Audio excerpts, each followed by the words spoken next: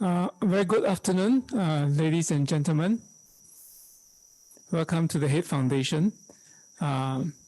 Today, we not only have those in the audience, in the auditorium, we also have more than 200 individuals who sign up from different parts of the region on Zoom, watching the live streaming of this talk. I'm C.D. Liang. I work for the foundation, and I have to do some advertising before we begin our talk session. I think most of you know Head Foundation is a foundation established in Singapore about 10 years ago. Our mission is to improve lives in Asia, especially in Southeast Asia, through our work in healthcare as well as education. So we provide grants to various NGOs doing healthcare and education projects in the region.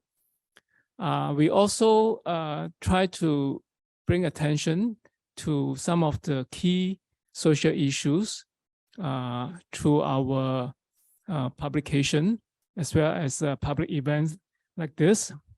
So we organize talks or workshop or seminars to talk about the important issues in our society to create awareness. So that we know what are the key issues that we need to pay attention to improve lives in this region. Before I go on, just a reminder that please turn your phone to silent mode. The flow for today is we're going to have our two speakers, each speak for about 20 to 25 minutes. Before we have a Q&A session. So please keep your questions to the end when we start to do Q&A. For those of you who are online on Zoom, you may also type your questions on Zoom. There's a button on Zoom that you can click and type your questions. And I will pick the more interesting ones to ask our speakers later. A bit of background on this series of a talk is called The Art, Science, and Good News of Aging. I think many of us know aging population is a major issue in many of our societies, especially in Asian societies, because of better healthcare, because of the advancement of medical technology. People are living longer these days. So we need additional resources to take care of our older people. And we also know that it's important not only to live longer, but to live longer in a healthy way, right? So there are many aspects of aging that we want to look at. And that's why we organized this talk in 5 parts. Some of you probably have attended the first talk, which is the physical aspect of aging. The second talk earlier was on the mental aspect. The first one was on the mental aspect for aging. And then we have the second talk on the physical aspect of aging. 2 weeks ago, we have the third talk on how to get better prepared for aging, right? What arrangement you need to make in order to have a peace of mind while you live longer. So today we are going to look at yet another angle of aging, which is how TCM, traditional Chinese medicine, can help us to age better, to age in a healthier way. And next week, also on Wednesday, we are going to wrap up the series, talking about the philosophical aspect of aging. We're going to have 2 very prominent individuals who tell us about both the Asian and the Western philosophy of aging. So hopefully you'll sign up for that session as well. For those of you who missed the previous 3 sessions, we have the recording on YouTube on our website. So please take a look. I think there are a lot of useful information, and you can share this with your families and friends. Before I let our moderator take over, let me introduce Dr. Maleena Suppiah, who is our moderator. Maleena is the Chief Wellbeing Officer of National University Health Systems. She was trained as a food scientist. She has a food science degree from King's College of London. She also has an MBA degree from Asst Business School, which is the best business school in France. And Dr. Maleena also has a doctorate degree in education. So besides being a food scientist, she's also a healthcare educator. When our doctors and nurses take good care of us in Singapore, Dr. Maleena is the one who takes care of healthcare workers and healthcare professionals to make sure they are also well taken care of. Maleena has worked in 6 different countries in the last 30 years, and she speaks 7 languages, including Chinese and Cantonese. So without further ado, let me introduce Maleena, and Maleena will introduce the speakers today. Thank you.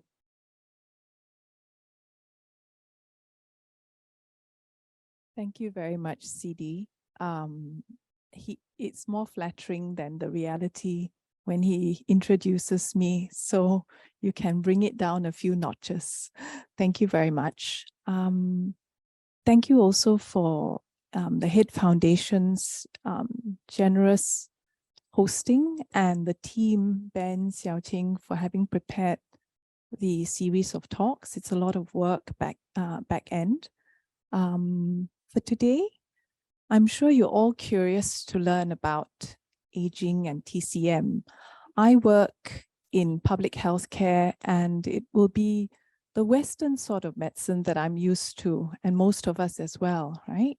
So let us discover what we can, ask as many questions as you wish, and don't be shy. So let me introduce our illustrious speakers today. Dr. Goh Chye Tee is a consultant physician and former director of NTU Chinese Medicine Clinic. Also, the director of Biomedical Sciences and Chinese Medicine at NTU. So his career as an accounting professor, he obtained Singapore TCM registered physician qualification and a PhD from Nanyang University as a Chinese medicine in China. Dr. Goh served as a member of the accreditation committee and an examiner at the TCM practitioner board. So a lot of governance, certification, very important roles, as well as a peer reviewer in a whole standardization of traditional Chinese medicine project. So Dr. Goh's clinical practice covers pain management and gastrointestinal aging disorders. We all know that when we have pain, we will look for anything to feel better. His research interests include depression and TCM philosophy for better health management. I'll introduce Chay Hoon, Prof Tan later on. I'll hand the floor over to you, Dr. Prof Goh. Thank you.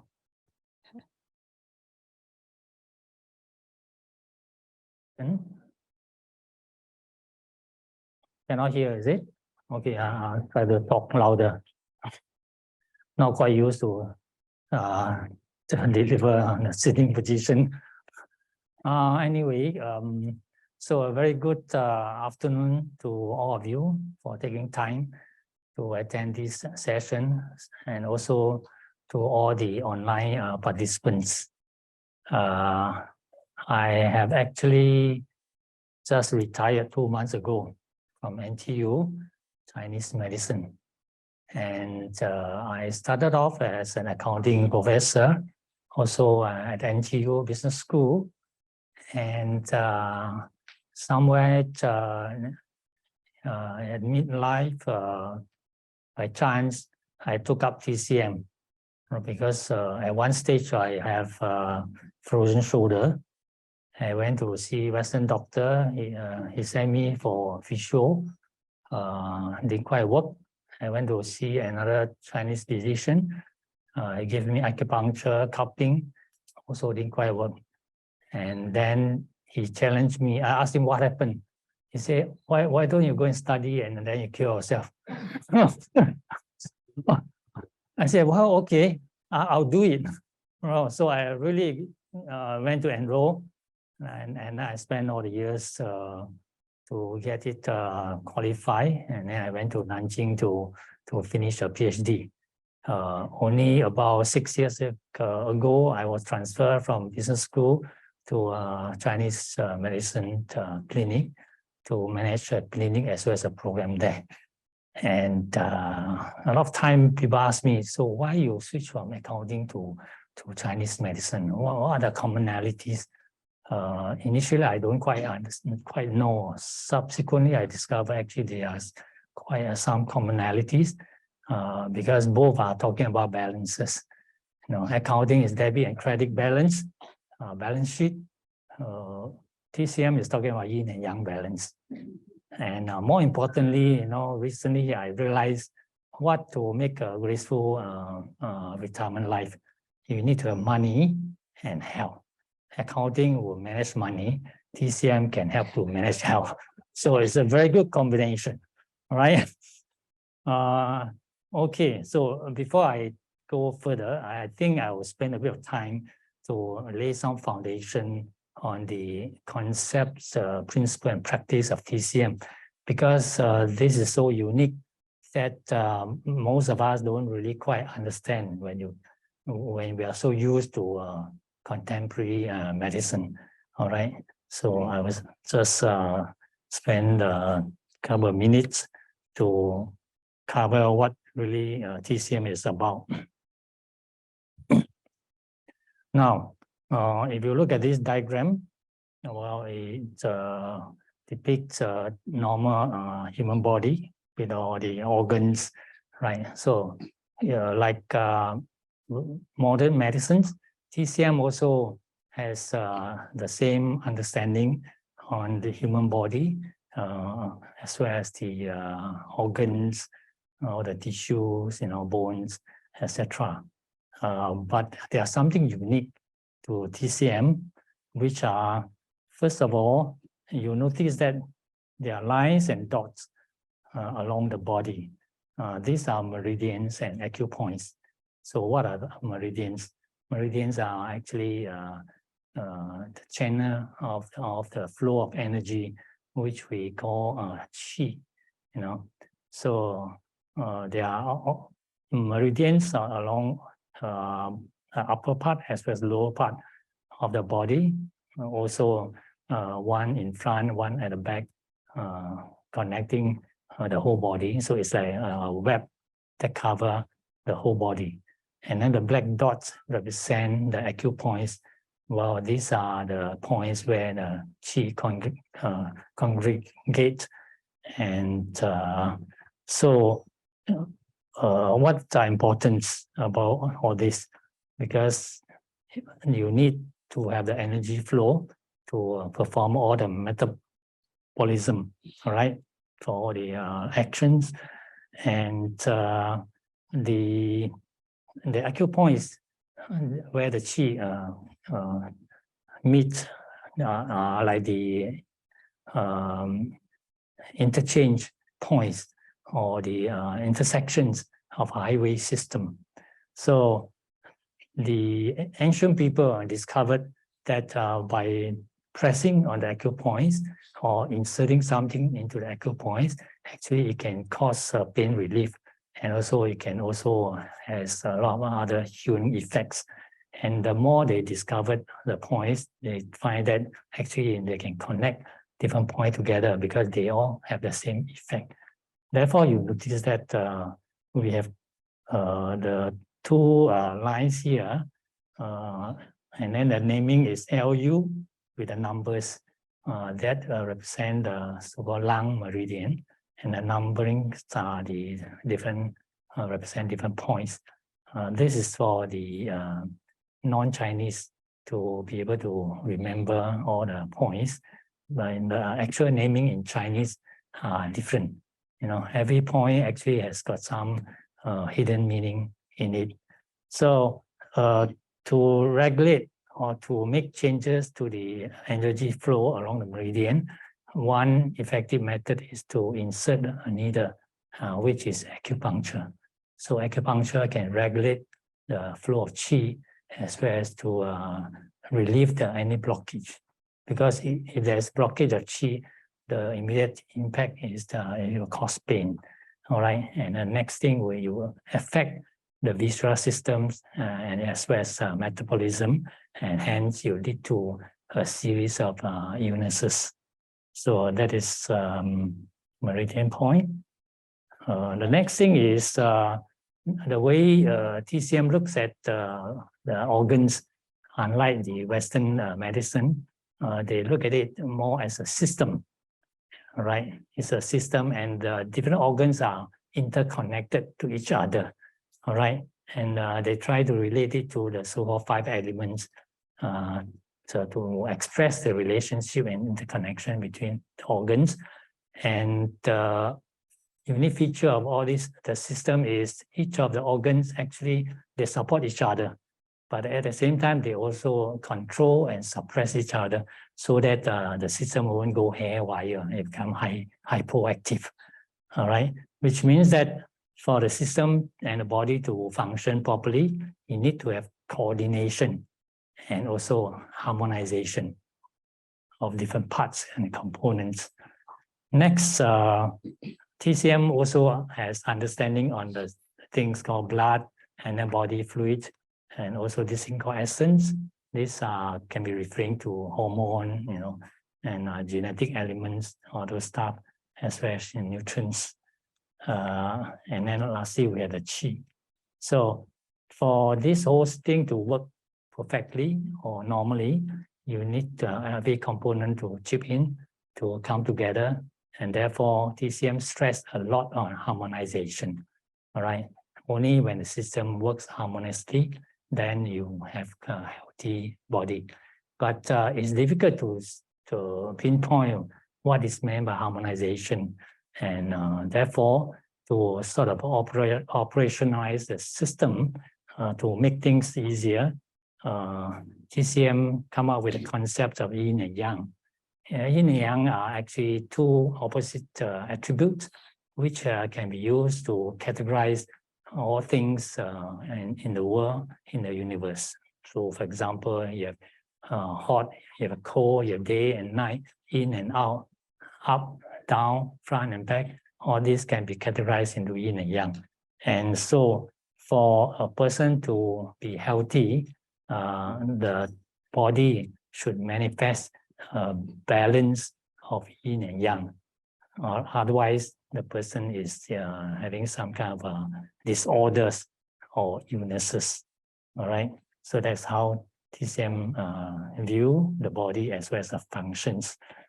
The next thing I'm going to talk about is, so what makes a person fall ill, right? TCM attribute illness to a number of pathogenic factors. Therefore, we say TCM is holistic. All right. So first of all, we have this important grouping of microorganisms.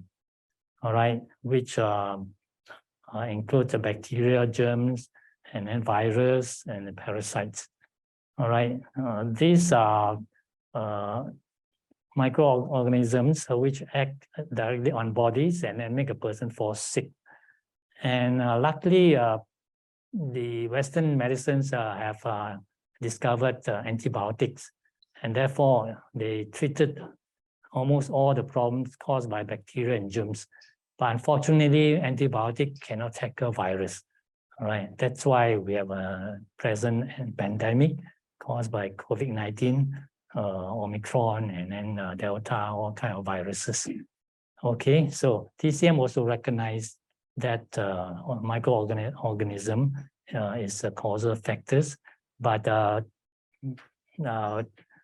in ancient China, they don't have the tool as well as knowledge to perform this kind of analysis like what we do today. So what TCM does is, instead of focusing on the microorganism, they focus on the impact on the human body.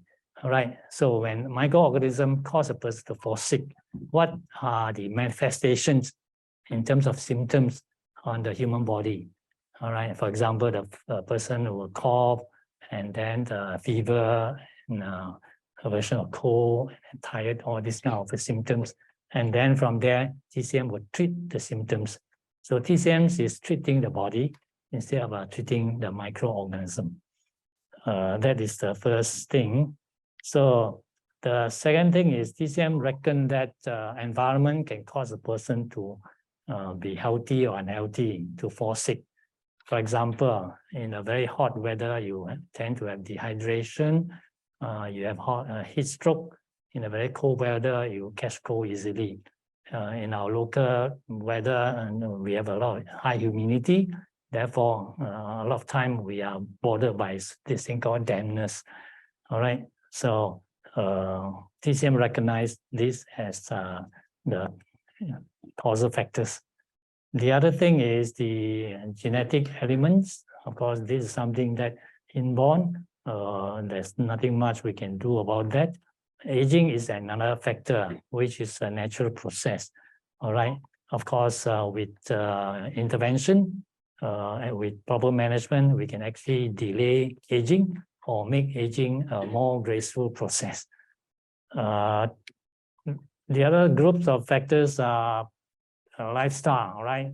How we work, whether we have work-life balance, whether we exercise, sleep well, have proper diet, nutrition. These are all having impact on the individual body. And lastly, the emotional aspect, right? The social relationship, the emotional stress, and the mental health is also one important factors. So that's why TCM is called holistic, because we reckon that all these are part and parcel of the pathogenic factors. And that probably also explain, for example, why people expose to the same kind of viruses in the same environment, why some people fall sick, why some people doesn't fall sick. Maybe partly to do with all the other factors, all right? And so also different reactions to vaccination and so on and so forth, okay?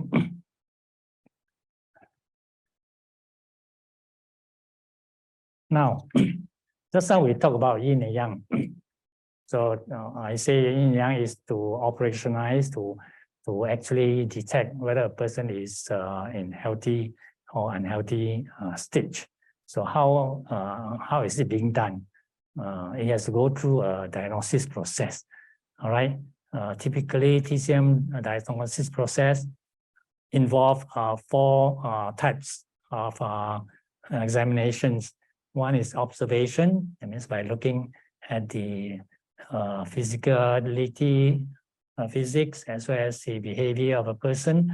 And also another important observation is looking at the tongue, because the tongue, the color of the tongue, the texture, the shape, as well as the coating can tell a lot of stories about the state of health of individual, right? So that is the important part of observation. Smell or hearing, if a person cough profusely, from the noise of the cough, we can tell whether it contains a lot of phlegm or it's just dry cough. And there are different types, all right? Inquiry, we ask about the background, the history, what triggered the problems, and that will tell a lot of a story. And also palpitation, physical examination, and also more uniquely is the taking of the pulse by physicians. So through all this series of examinations, TCM will be able to establish whether a person is having some kind of imbalance, all right? And that imbalance can be focused on particular aspect of the visceral system, whether imbalance is more on the lung, on the stomach or spleen, and so on. Now, to make the illustration more explicit, I use certain simple examples with numericals to explain what actually means by yin-yang balance and imbalance, and what TCM treatments are. All right. So I use number partly because also accounting, related accounting. So now we start off with a balance, right? Yin and yang balance with a strength of 3 versus 3. So the strength of yin is represented in blue, and yang is represented in red color. And this balance is in the form of dynamic balance, meaning that the balance is not static. If the balance is static, the person is gone. It's not a living person. All right, a living person, the balance has to be dynamic, because that means the condition keep changing. For example, if you go under the sun, you feel very hot, and then you start to perspire. That is a process to actually get rid of the excessive excessive heat within your body. Similarly, when exercise, you perspire. So these are the normal reaction. All right. So bring back the normal balance. Now we look at different scenarios. First one, all right, if you have yin of 3 and then the yang of 4, obviously you have excessive yang. So what are the manifestations of this type of problem? For example, you have you get flu or get virus infection, you start to have fever, right? So then this is the yang excess, and therefore treatment is to get rid of the excessive yang. Therefore, we have to use cooling elements to bring down the temperature to relieve the heatiness, so-called. All right. So that is the first type. The second type is now you notice that the yang is normal, 3, the yin is 2. All right. So this is called yin deficiency. When you have yin deficiency, relatively you have excessive yang, meaning that you would have hot sensation. So for example, a lot of ladies in menopause, they have this kind of symptoms of hot sensation, not amounting to fever. So when you measure the temperature, it's quite normal, but somehow it just feels very hot. And therefore, because of that, easily agitated, and therefore lost temper, and then always scold the husband. So that is the type of condition in deficiency. So in this kind of deficiency conditions, we have to replenish, all right, reinforce, or we call it tonify, to add back the yin. Now, so tonifying the yin is not equivalent to just drinking water, because drinking water wouldn't work. You need to have some medication to rectify that. For the first case, you have excess, then you got to have a reduction, all right, or purging treatment. So when excess, you reduce. When deficient, you tonify, add back. And you notice that very often we talk about tonifying, usually we think of eating ginseng or cordyceps. All right, these are things that tonify, right? But these are the heaty items. So when you consume those, you are actually tonifying yang, which doesn't apply to the second case. Because if you eat those things, you actually make the thing worse, because your yang will be increase from 3 to 4 and 5. So your balance will be even greater. All right. So you got to understand that when you talk about tonifying, it's not just taking ginseng. There's this thing called tonifying yin. The other situation is yang deficiency. This one is where obviously you have insufficient yang. Now this one is more obvious. Say a person is always aversion to cold. In the normal aircon temperature, other people feel okay, but that person will normally feel very cold and got to put on extra clothing. So this kind of condition, you got to tonify. Now you got to tonify yang. And then if you eat ginseng, probably it works. All right. So that is the second case. Third case. The fourth case is called yin and yang, both deficient. All right. So in this case, you have to beef up both yin and yang at the same time. But you may argue that, well, it's 2 against 2, it's still in balance. Yes, it is in balance, but not in the optimal state of balance. This is in the hypo state of balance. All right, so it is not ideal. And you can even go down to 1, 2 versus 1, still balanced. But then that is maybe a critical stage in the ICU, almost gone already. All right, so you go down to 0, it's gone. Okay, so that's how TCM look at the yin and yang imbalance, how they do diagnosis and identify the problem and try to tackle the problem.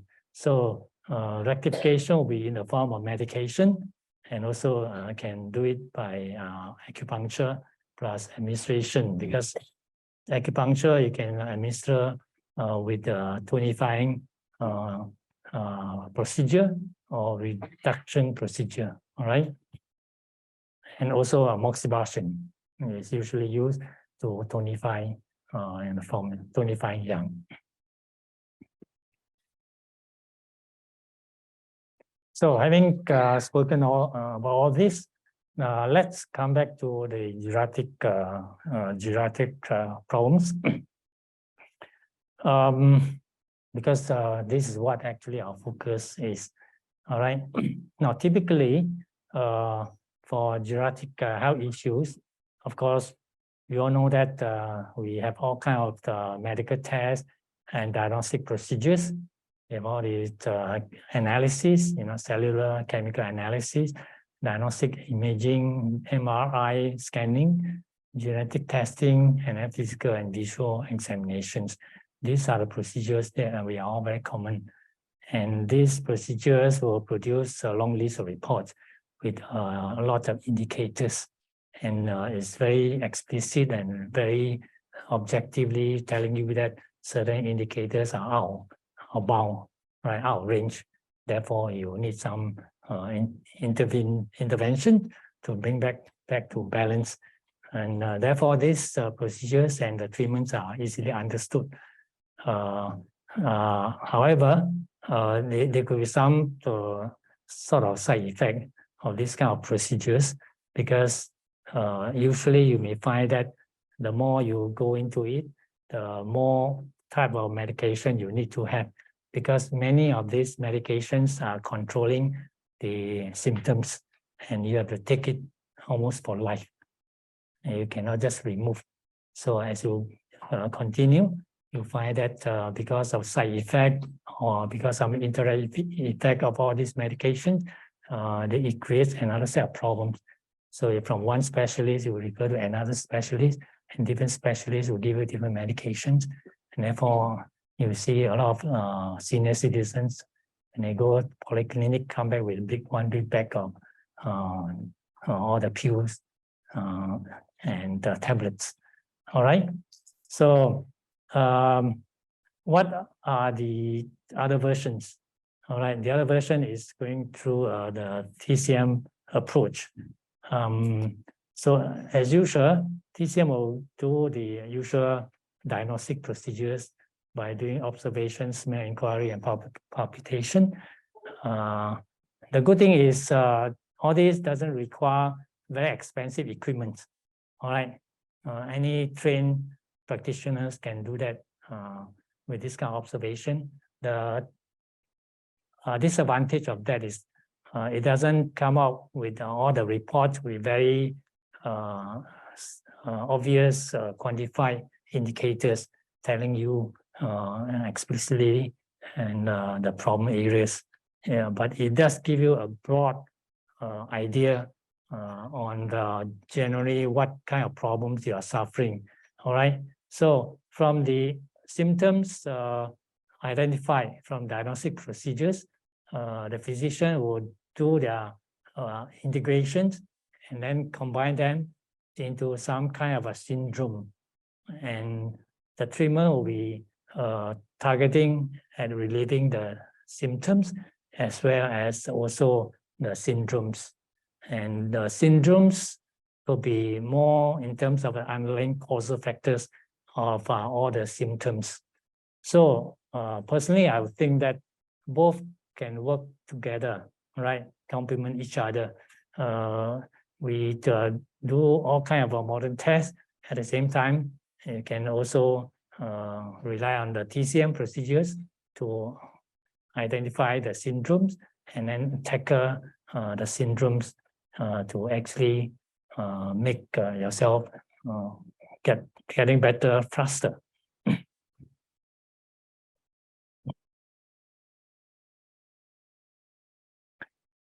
So the intervention procedures by TCM, as usual, we can do it through acupuncture by regulating the qi, the flow of qi, relieving blockage. From there, affects the metabolism and so on and so forth. It can also going through medication, all right, by identifying the yin and yang deficiency or surplus, and then prescribe proper medications. So here I'm going to just mention a few sort of more typical syndromes relating to aging problems. All right. So first of all, very often you find that senior citizens are suffering from this thing called qi deficiency. To put it simply, is low energy level. All right. So what are symptoms? Fatigue, nausea, poor stamina, low appetite, indigestion, and so on and so forth. And a lot of these are due to inefficient nutrients transformation, transportation, and absorption, meaning that you don't really feel the urge to eat, and then the digestion and the nutrient absorptions are not as efficient as before. So these are the prenatal aspect. Postnatal aspect. Of course, the prenatal aspect is again the change in the hormone level, and also the deterioration of your overall physics of your body. All right. So that is qi deficiency, and therefore you need to look for things to beef up. All right, because it's deficient. The other important aspect relating to the right problem is the flow of qi, flow of energy, which always has got a blockage. We call it qi stagnation. And this qi stagnation has a lot to do with emotional issues. All right. I don't know, sometimes you may have this experience when you are very angry, you almost want to kill someone. You feel that you had difficulty in breathing, you have some sort of discomfort and blockage along your chest area. That to us is some kind of qi stagnation. So qi stagnation would cause functional problems like insomnia, impatient, person getting impatient, temperamental, and these could be caused by senior people being lonely, suffering from depression, and also emotional instability. TCM explicitly recognize that emotion or mental factor can cause unfavorable effect on the visual system and make a person for you. All right. So there's qi stagnation. Therefore, we have to look for something to relieve, to get rid of the stagnation. One way, of course, is do acupuncture. Okay. Then the next, look for medication. Now, so the problem with insufficient energy, problem with energy blockage, will lead to the next problem, which is blood stasis, because energy, the qi, actually moves the blood. So if the qi cannot function properly, the movement of the blood flow will not be smooth, and therefore we have this problem called blood stasis. And the manifestation will be cold limbs, numbness, body pain, etc. All right. So meaning that qi alone can cause problem with blood.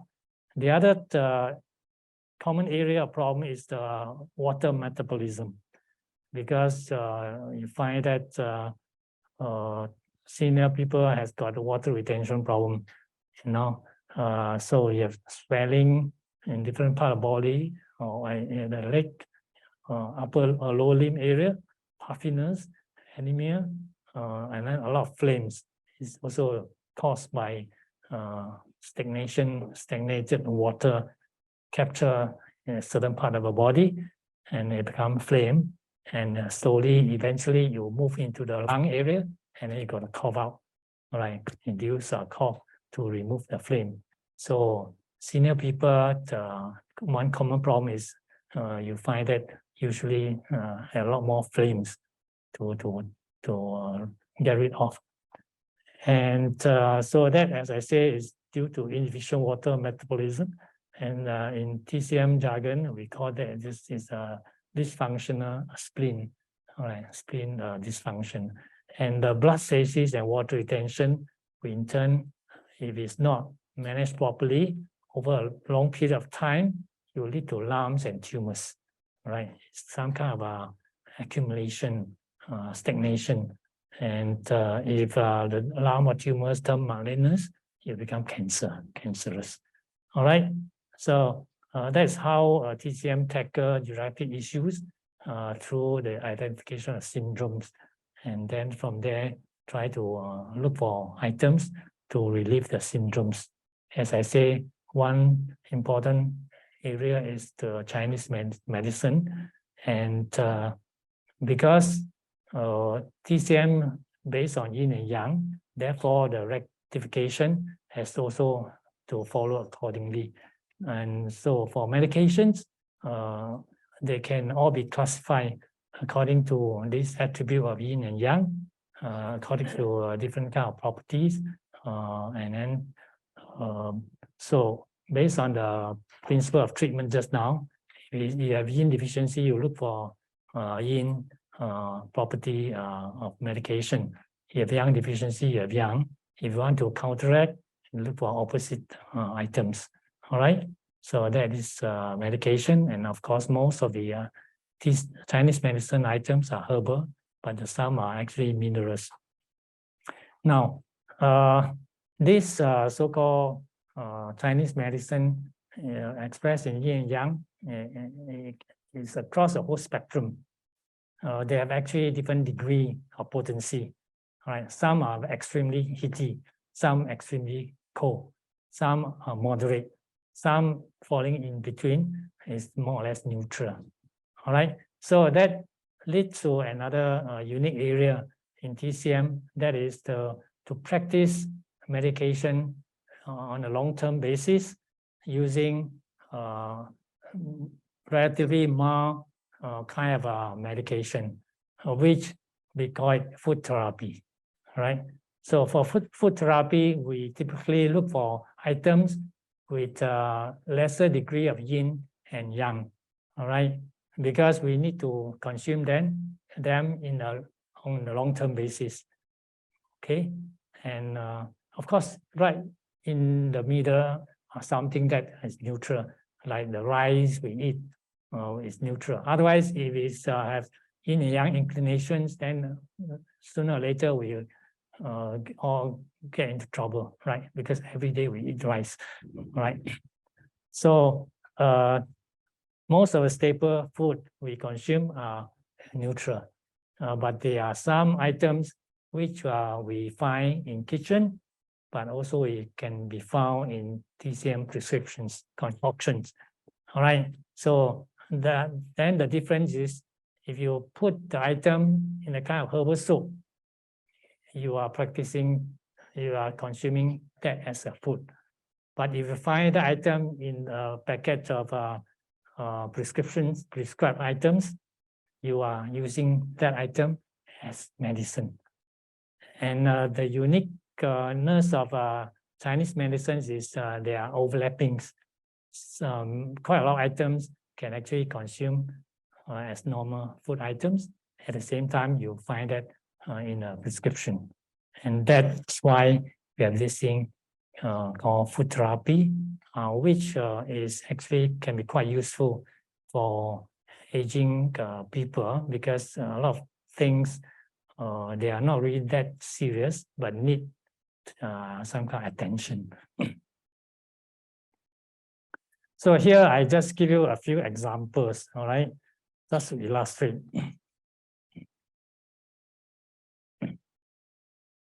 So based on those common problems we identify, let's say you have Qi deficiency, you need to look for items that can replenish Qi. As I say, the common item we look for, wow, we eat ginseng. Yes, you can eat ginseng. And in fact, you eat ginseng chicken soup, also you consume ginseng. But ginseng is relatively heaty, so it's more towards the extreme end of the spectrum, right? So if you want to practice something on a long-term basis, look for items which are less heaty. And I would recommend this thing called Chinese yam. In the TCM terminology is Huai San or San Yao, Shan Yao. The one on the left is in the raw form, where you can find in supermarkets. There are usually two types, one from Japan, one from China. The one from Japan is more expensive. The one from China are cheaper, right? So you can consume this on a daily basis. It's like eating potato, all right? It's the taste blend. The picture on the left is the dry form, where you find in the concoction, you buy from medical halls, all right? So these items that can be used to tonify Qi, beef up energy on a long-term basis, and it won't make you feel heaty. And if you don't mind the texture, Chinese Huai San is good enough, all right? The other type is Anglican root, Tang Kui, all right? Tang Kui, the one on the left is the original, the root. The one on the right is already cut into, sliced into pieces. Anglican root, if you eat, consume herbal soup, very often you find this item because it's a very unique fragrance, all right? And this has an effect of removing blood cysts, all right? So if you find that you have blood cysts, you can always put Anglican root in your soup, boil with spare ribs, boil with chicken, Nowadays chicken, can get fresh chicken. Last time, no fresh chicken, then the taste is awful. The other one is pronounced as Ophiopegunja.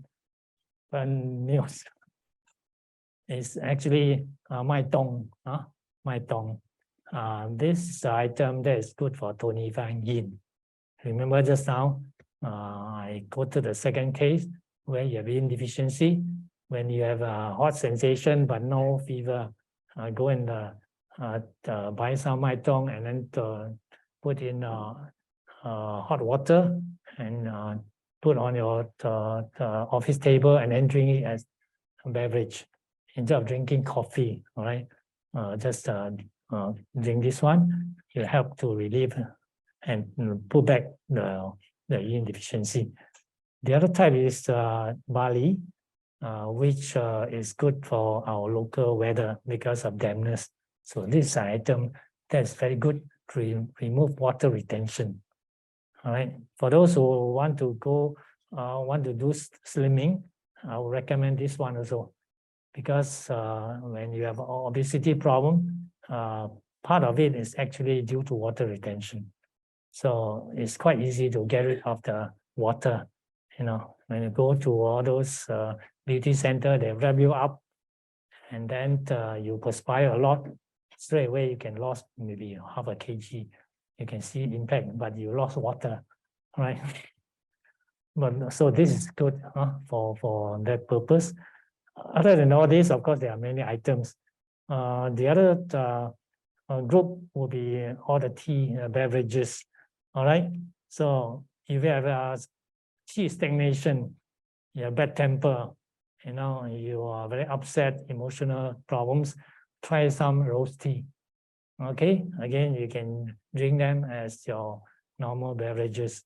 The word rose already make people find very soothing, right? And look at the color of the flower, color of the tea, already make you feel very good. The smell, feel good. Okay, so when you feel good, suddenly you can be more relaxed. The other one is very common, chrysanthemum tea. Everyone knows that it's good for cooling. It has cooling effect, but it's not very strong. Therefore, it's good. You can drink it on a long-term basis. It also has good fragrance. All right, and also it's good for relieving some kind of liver fire, as we call. The other one is the chrysanthemum plus wolfberry, which is goji berry. All right. So chrysanthemum combined with goji berry. Goji berry is good for eyesight as well. Antioxidants. It's got this antioxidant and also vitamin A. So it's good for eyesight, and it's a little bit warm. So it's a good combination with chrysanthemum, because chrysanthemum is a little bit cool. So it make a good match, good balance. The next one is the one with red date. Red date is very common, and it has tonifying qi, effect of tonifying qi. So you can either eat red date as tidbits, or you can just put into your tea. You can combine with goji berry. You can combine with chrysanthemum, or even put in the rose tea. It's up to you. Okay, so these are simple remedies which can actually help you on a daily basis to reduce or delay your problems. All right, and of course there are many other examples. Now, the next thing I'm going to talk about is just now I cover basically on how to do things by TCM approach and what can be done by TCM approach. Here is more or less talking about when to do what. All right. So if you look at the this diagram from left to right, it more or less depicts the stage of development of a person from healthy to illness stage, and then after that go through the rehab, and then go through aging process, and eventually, of course, face eternity, right? So which are the stage that which kind of therapy can be perhaps better suit different stages? Let's start from the beginning, healthy stage, right? Of course, this healthy stage happen to young people mostly, but senior citizen, you could be also in a very good healthy stage at present moment. So it's important to treasure your health and take preventive measures. All right, and prevention is one of the key cornerstone in TCM concept and practice. So what can one do when a person is healthy? Of course, one has to observe the holistic approach by paying attention to all kinds of pathogenic factors, not just looking at microorganisms, because like right now, everybody is focusing on virus, but actually there are other factors that will affect your immunity in your health. So even without virus, you can still fall ill. With a virus, you can fall ill faster than others.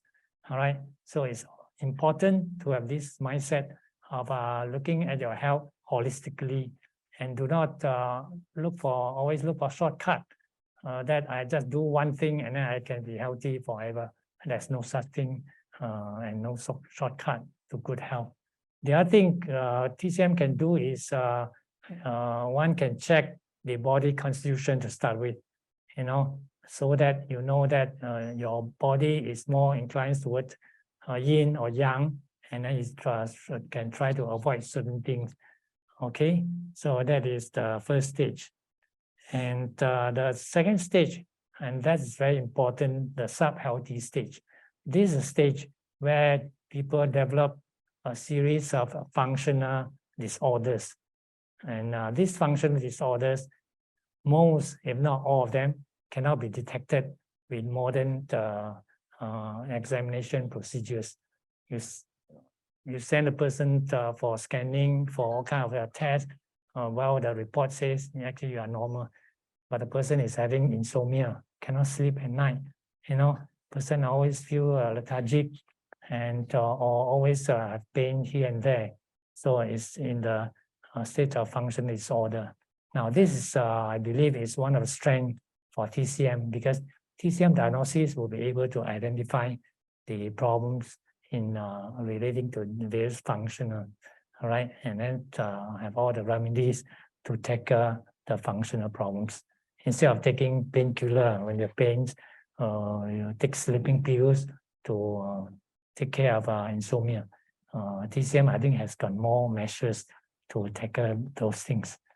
The next stage is if you don't handle your sub-health properly, you are going to have 4U, serious illness, and that will be handled mostly in the hospital. And that will involve functional as well as structural disorders, right? You have ulcer, you have lung, you have cancer, you have tumors, and all sorts of problems. You have to go through operations, chemotherapy and so on. So at that stage, I will say that modern medicine is most suitable for the treatments. And after that, when most of these structural problems are tackled, you go into rehab. All right. So rehab, TCM can still come in again, because at this stage, problem will become more functional. And at this stage, mostly the person will be suffering from mostly will be deficiency stage, low energy level, insufficiency, and a lot of other functional problems. So TCM can come in at the rehab stage. And lastly, at the aging stage, as I mentioned just now, geriatric disorder, we can look at the syndromes to attend to the syndromes using the TCM approach.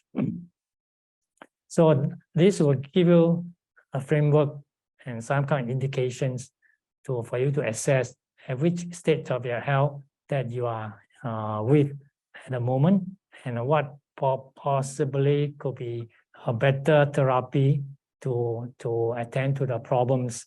Of course, by saying that, they are not actually mutually exclusive. It doesn't mean that when you go for TCM, you forget about modern medicine, or when you go for modern medicine, you can totally ignore TCM. Because if you can fight with two hands, why you tie up one hand and then just fight with single hand, right? You can fight a disease better with all your weapons available. Okay, so that's why if we know how to complement each other using contemporary science as well as traditional wisdom, it's going to do wonder, and that is going to give you better state of health throughout, delay your aging process. Of course, you cannot completely stop, otherwise you become immortal. All right, that's not possible.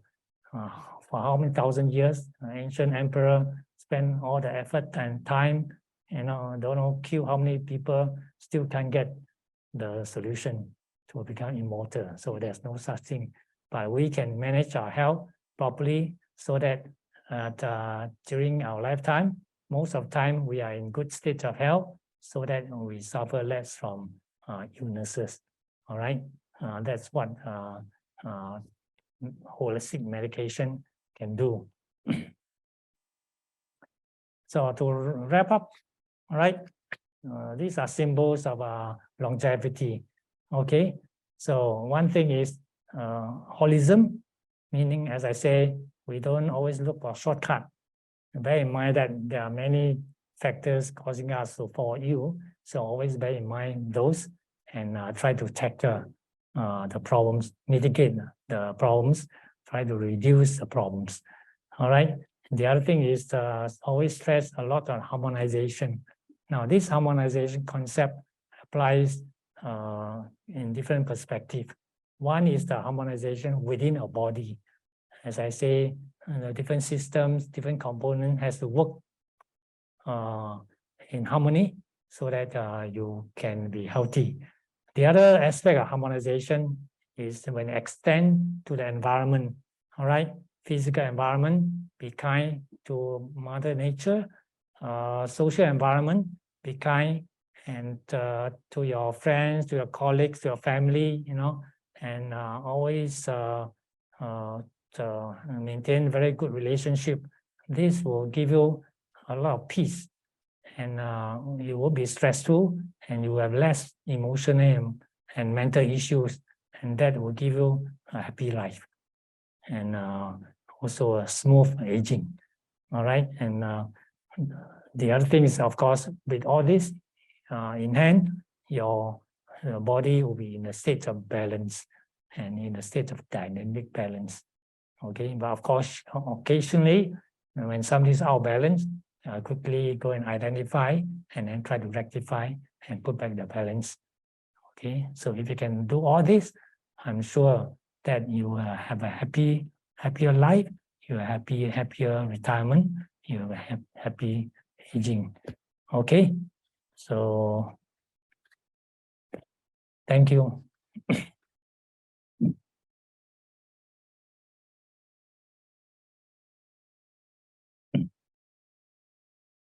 Thank you very much, Dr. Goh. Just for a show of hands, how many of you in the audience here have consulted a TCM practitioner before?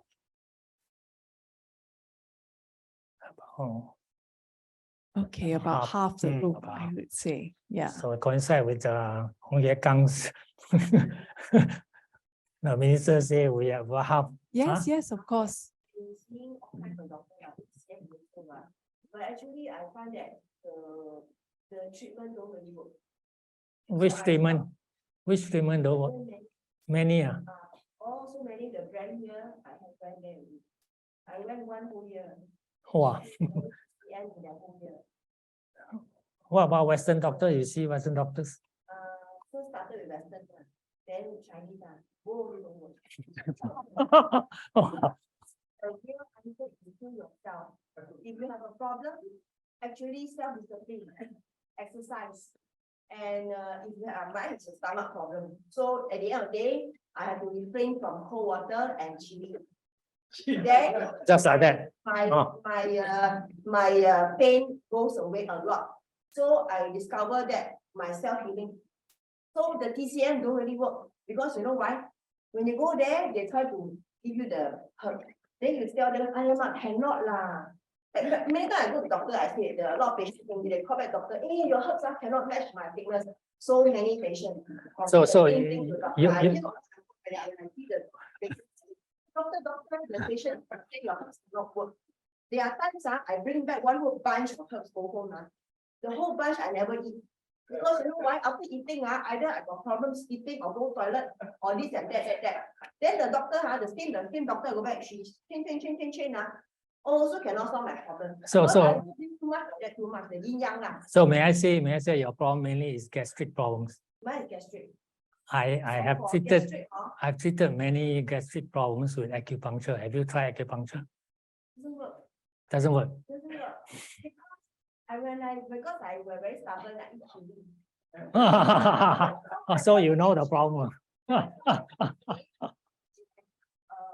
you say this is really good, but you forgot one thing for exercise.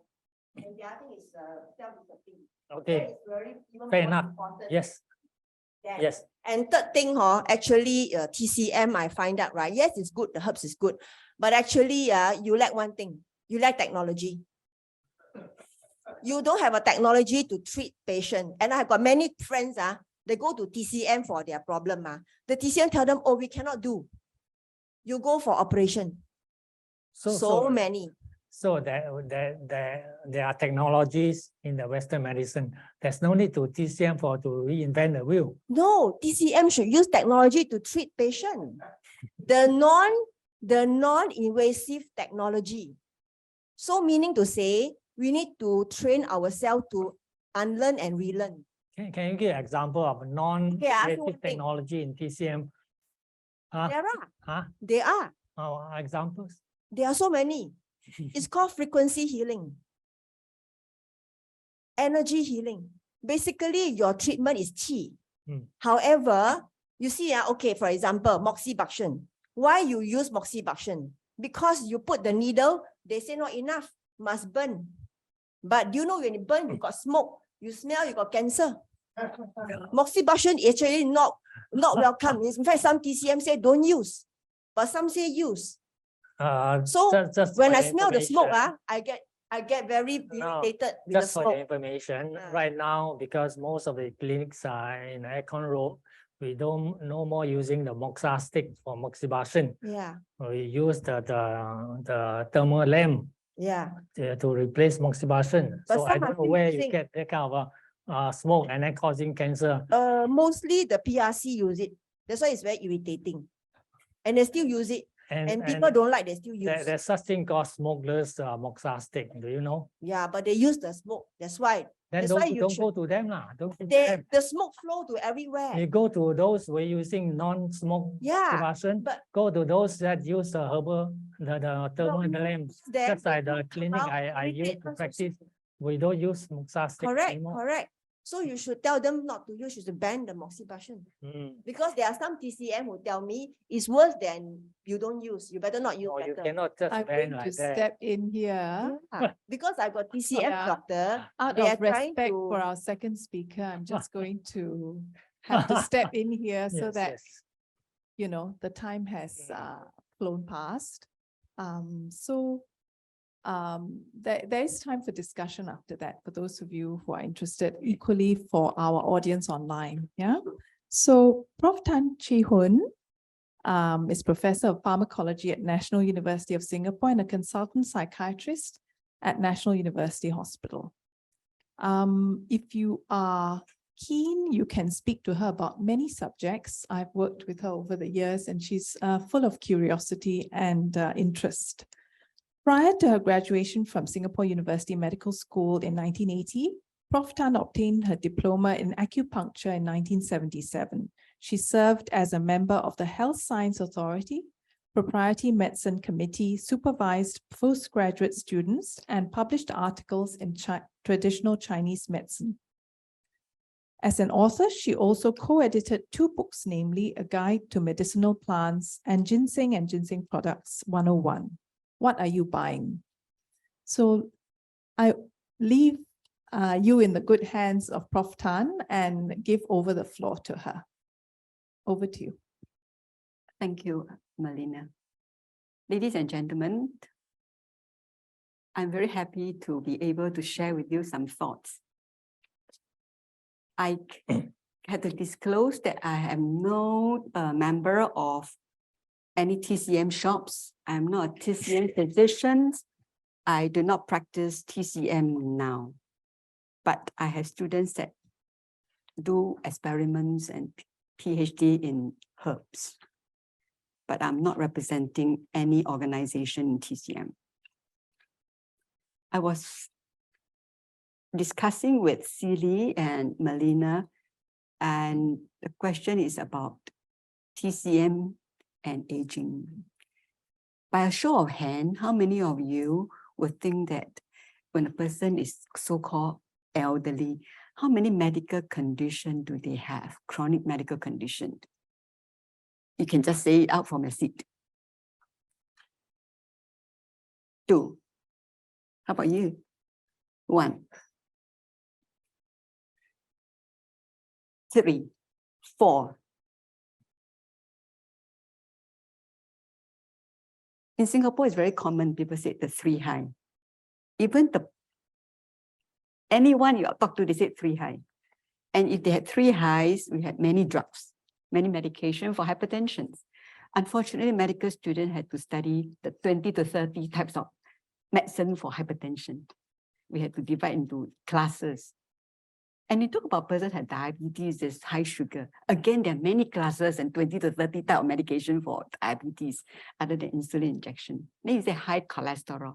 Again, there are 10 types of medicine for high cholesterol.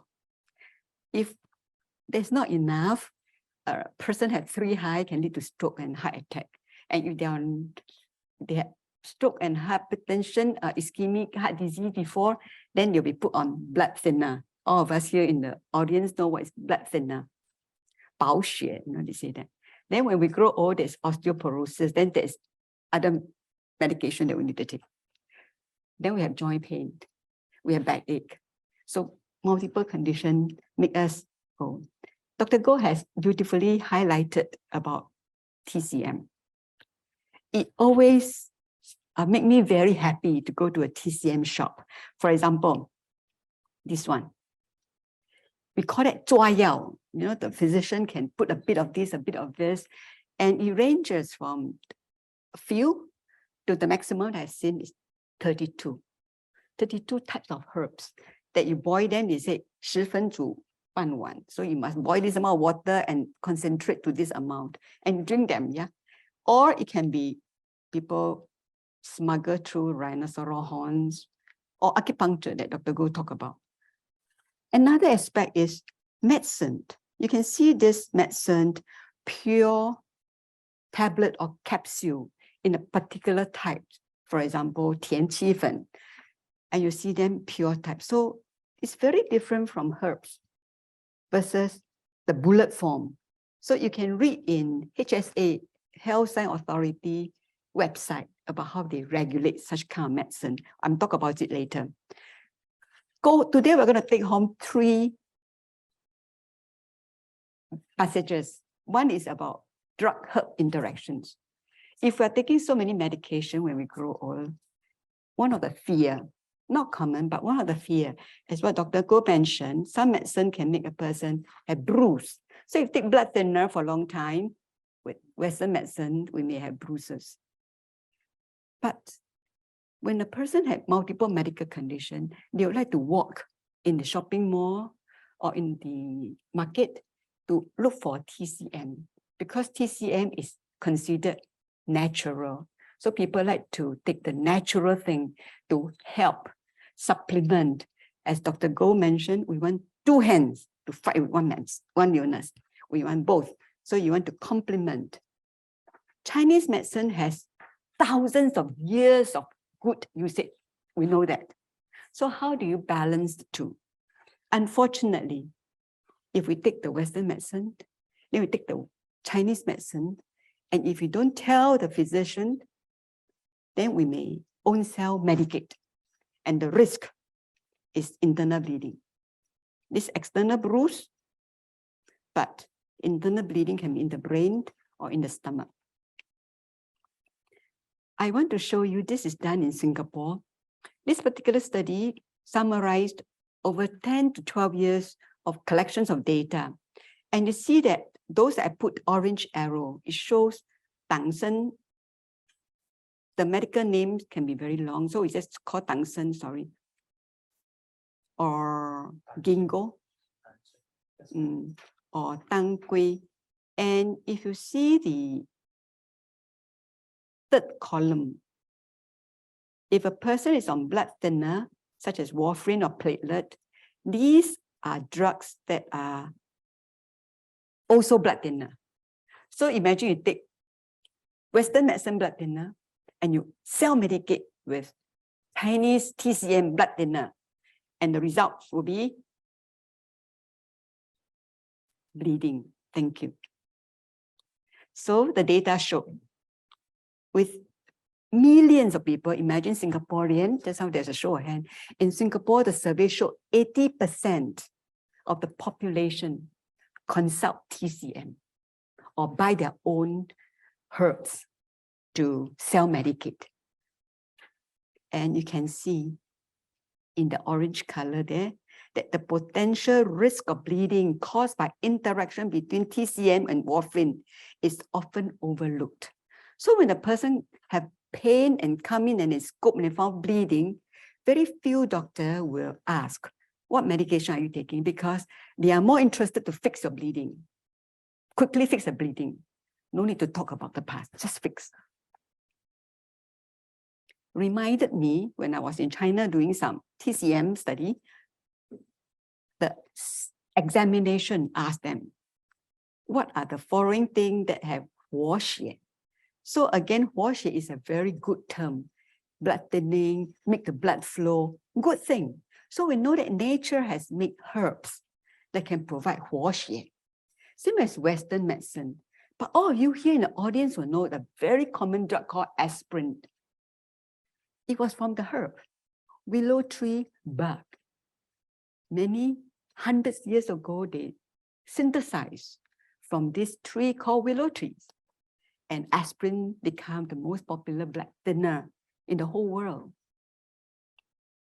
And many Chinese herbs also have blood thinning effect.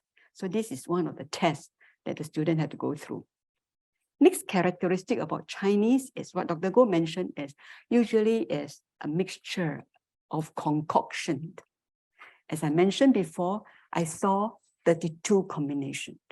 This particular Yao Fang or the prescription, you can see that, oh dear, I couldn't read. I said, the doctor, 我不可以看你的字体. It's like a calligraphy. So the student there typed for me. So they put in the word in the type, and then there were 13 of them. A prescription of 13 herbs in combination with acupuncture for a treatment of a person. Therefore, first lesson we want to be taking home with us is inform the doctors, both Chinese and Western doctor, that you are taking this medicine. Tell the Western doctor, I'm taking herb, I'm taking TCM. And then I tell my Chinese doctor, I'm taking Western medicine. You inform them. Most importantly, if they are with blood thinning agent. And then if you have bruises, stop and go and consult a doctor. Because that's the first sign that your effect of blood thinning is overboard. So you have to reduce the medicine, you reduce the TCM, tell your doctor, both the Western and TCM doctor. Second lesson is called adulteration of TCM. The regulation of TCM in Singapore is different from Western medicine. That means the importer for TCM medicine, whether it's tablet, capsule, or herb, you just need to declare no adulteration. That means I didn't put Western medicine into these herbs. There's a declaration. You just need to declare. However, there are people who want to make claims. This medicine, this TCM is very good. Quick fix, relieve your pain very quickly. And there are people who want to take this quick medicine because it can have a quick relief. But beware, adulteration. That's not part of TCM. It's additional Western medicine. So in 2000, early 2000, we had people that added this thing called Suppiah that was banned in Singapore, but they put this in. Then they also put some painkiller. You can see the second arrow, diclofenac. It's a Western medicine also. Then they also put some third Western medicine, phenolphthalein, and they put all this together in a TCM preparation. So it's adulteration. A lady in her 60s wanted to get knee pain relief. And she said, oh, taking Western medicine is no good because it can cause ulceration. So she wanted to search for TCM. In the social media, she found this particular herb and she bought it. And TCM must always take for a long time, right? You must take every day, maybe 10 pills each day. And she took it for quite a while. See here, few months. And then she had relief of pain. But at the same time, she found herself putting on weight. Puffy face. Take a look at her picture. We call this Cushing syndrome. When this happened, Singapore Health Science Authority was alerted. They took the pill and they examined it. So they released, the Western doctor all received a copy of the letter, because in this particular herbal remedy that she bought, called traditional herbal remedy, in it have adulteration with 4 Western medicines. One of it, as highlighted in yellow, is called dexamethasone. It's a very potent steroid, very potent. Next is a very potent painkiller called piroxicam. Piroxicam is very much potent compared to aspirin. It's more potent than aspirin. Take one time, can last the pain for maybe 36 or 48 hours. They have a little bit of paracetamol, and the other one is antifungal. The person who make this quite clever. He said, if you take too much steroid, a person can develop fungal infection. Therefore, they put in a little bit of antifungal. I give you steroid, then I give you antifungal so that you don't get fungal infection. Unfortunately, the letter was issued to us and the medicine was banned in Singapore. So the importer cannot import this anymore. It came out in the newspaper and it's sent to all the Western doctors. Second lesson, beware of adulteration with potent Western medicine, not the TCM. So when you have something that says, I can help you quickly, quick fix, be careful. Report to the doctor when you have bruises. The next thing I'm going to talk about is when you see yellow, your white of the eye become yellow, or your skin become yellow, or you start to itch, because that's the first signs of liver disorder. Third thing we're going to talk about is special drug. So this particular herb is called fuzi. Fuzi have been used for more than 2,000 years to treat all kinds of conditions, especially one condition called rheumatoid arthritis, heart attack, brain disorder, all kinds of conditions can use fuzi. So fuzi was well used. 2,000 years. Remind us of a holy book that was written more than about 2,000 years ago. It says, on both sides of the river were trees of life, producing 12 crops of fruits, yielding the fruits each month, and the leaves of the tree were for the healing of the nations. 2,000 years, fuzi was used. But what's wrong with fuzi? So in China, they collected many reports. Millions of people take this drug. Was good. But what happened in Singapore? 627. Serious. Liver disease. So I show here, this is called jaundice. Yeah? Skin, you compare. This is called jaundice, medical term. Another sign for liver disease that is commonly detected by your own cell is itch and tummy ache. So something happened, quickly see doctor because it's reversible. This natural seed, I show this picture here to show you, it can be seed and you just take a few.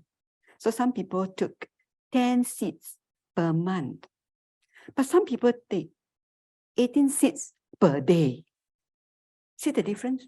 1 month you take 10, another person take 18 per day. So the quantity. So we want to be aware that quantity make a difference. Whereas if you look at the first picture, the physician is very carefully weighing a bit of this, a bit of that, a bit of this, a bit of that. 32. Whereas this person want to consume 10 per month or 18 per day. Or make into powder, consume a few capsules a day. So difference, no quantity. And they claim can control hypertension, can control diabetes, and general well-being. Who doesn't want to have general well-being? 5 patients had liver disease. Some of them had kidney injury. So that is about that seed. Second, in Singapore, this happened in Singapore. So this adverse drug reaction news is from Health Science Authority that sent to physicians. And it is an open magazine. You can go to Health Science Authority website and type in adverse drug reaction news. And you can read them all. This is in 2021. A man in his 60s presented to emergency room with facial limb numbness, dizziness, nausea, vomiting, and chest discomfort after he took herbal decoction. This particular herb that makes special. And then he said he found it on social media again. He had chronic history, but what happened to him at the emergency room? He was conscious, but he was sweating a lot. Heart rate was 110, it was very high. Blood pressure was very low. Heart rate very fast, blood pressure very low. Still can reverse. If both blood pressure is low, heart rate is low, then it's reaching death. But when the heart is trying to pump very hard, it's still signs of vitality. You can still come back to life again. But what happened was ECG was abnormal. What did he take? He took a particular preparation in capsule form. So the lesson is, when we take capsule form, we need to know what exactly in it. It's very different from the herb. You buy a few herbs, you can see with your own eye, like here. This is the herb that you see, right? But if you take capsule and not sure inside, when the HSA examined it, they found that this main thing was 附子. Then you have a bit of ginseng, a bit of other things. Because 附子had been used for 2,000 years, what is in it? So we think it's 附子, right? One. In China, they have extensive investigation. The research lab examined it, and they found, and they published in a journal called Nature. And they found 附子, one type of herb. It has 25 bioactive compounds. And with artificial intelligence and system pharmacological study, they are able to detect that this particular herb with 25 bioactive ingredients, they work on 65 targets in the body. And then 27 pathways. Using artificial intelligence, they are able to say how complex is one herb. No wonder they found 5,000 cases of toxicity and 40 people died from 附子. To show you what was published in Nature. This is a complex picture, but I was so thrilled that I need to take this out and share with the audience here. Just 附子, you look at here on the top, the brown thing, the 附子. Using artificial intelligence plus a lab examination, they're able to find so many pathways and targets that this bioactive ingredient can do from one single herb. And the network analysis of 25 plus 65 pathway and targets, it make into a network. Just based on one herb. Just imagine that if I take 32 herbs. This particular 附子was very useful medicine. So question is, why there was toxicity? Was it the amount that the person take is different from the person that benefited from it? Is it its large quantity, or was it from adulteration? We don't know. But we just know that 附子alone is that complex. So the complexity of TCM that was discovered, we need to know the quantity that we are taking. Be observant. That means when the heart rate is abnormal, we have yellowness, quickly seek treatment. Therefore, to age well, to age holistically, we inform our doctor, communication to our doctors, both Chinese and Western doctors, to inform them what happened to us. We need to be aware of body when our body start to have a little bit of abnormality, itch, yellowness, bruising. Quickly inform our doctors. Be aware that adulteration can happen. Be careful when people promise quick fix, because chronic condition has no quick fix. I put a bowl of soup there because we put a little bit of herb in our soup. It's not quantity, it's for health. Chinese call it 养生. We just have food for therapy. Thank you very much, ladies and gentlemen.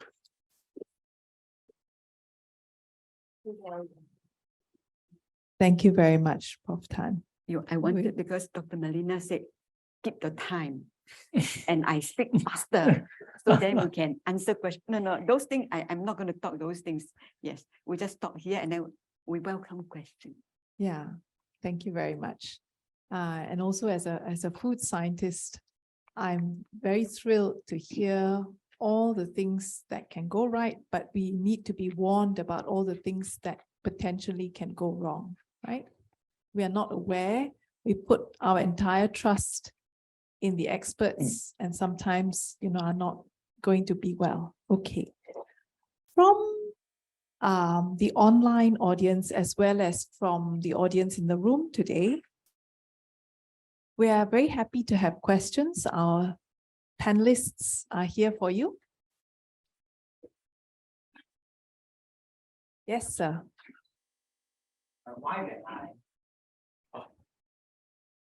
My wife and I actually was on a cruise, but unfortunately, I was walking with her and she slipped, but I was able to support her. So actually, instead of falling down, she actually hurt her knee.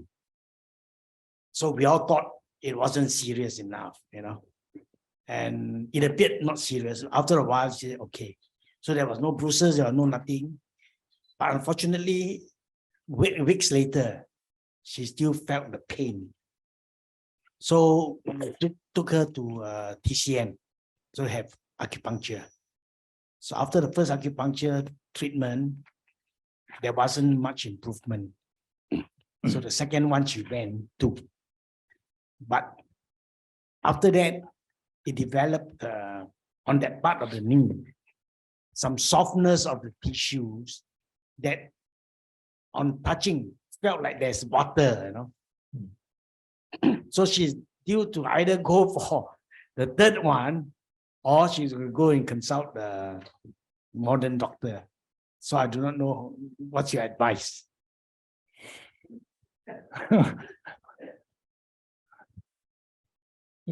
Usually for this kind of sort of injury,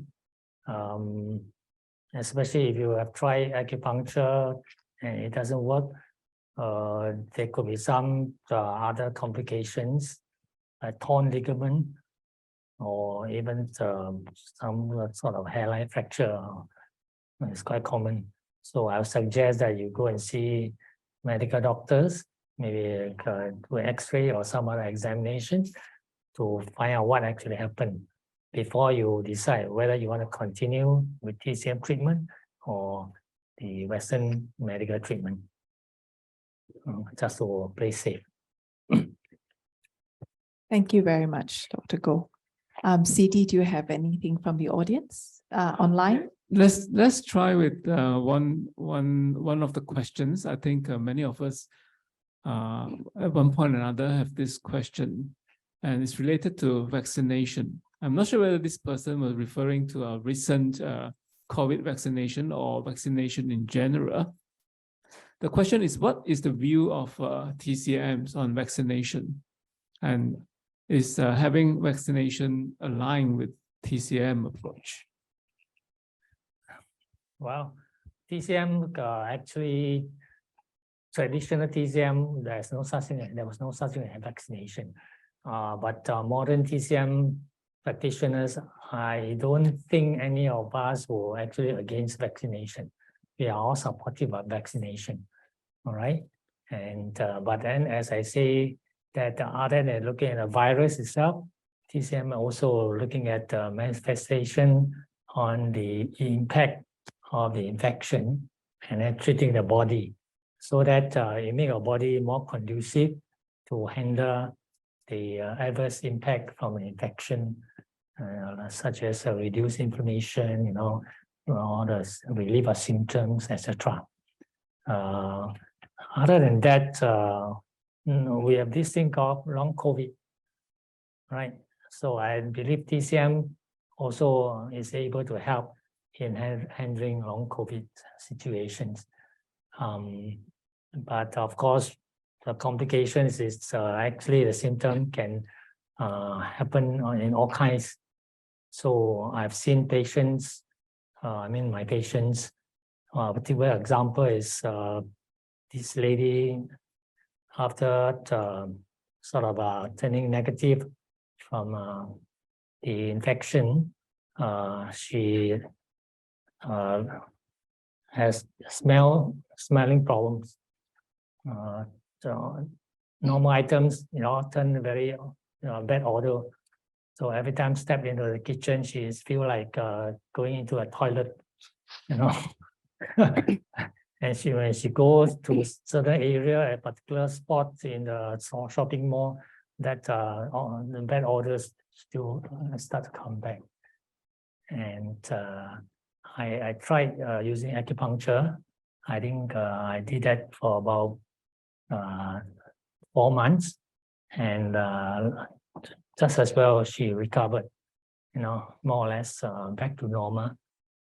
I have another case. The symptom is lethargic, and then the nausea, giddiness.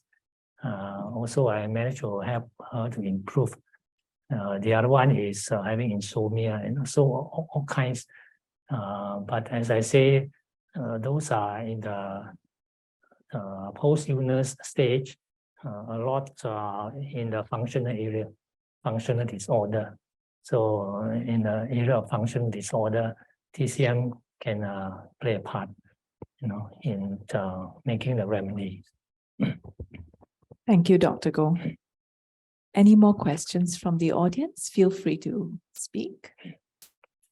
Yes, please. Yes. I read in a 1991 book that Eastern medicine treat the body as a garden, and the TCM doctor as a gardener. So it's more geared towards prevention as compared to fixing broken bodies.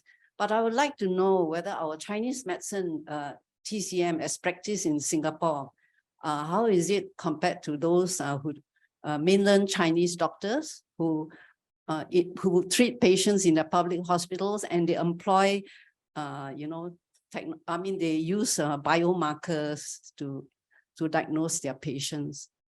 So, what is the standard of the TCM doctors who are, to be found in our heartland? Thank you. TCM doctors in PRC, the mainland China, they are actually allowed to use Western medicine. And I think they also use more extensively the modern, all the check and procedures as compared to our physicians here. I think the separation is more distinct as compared to the situation in China.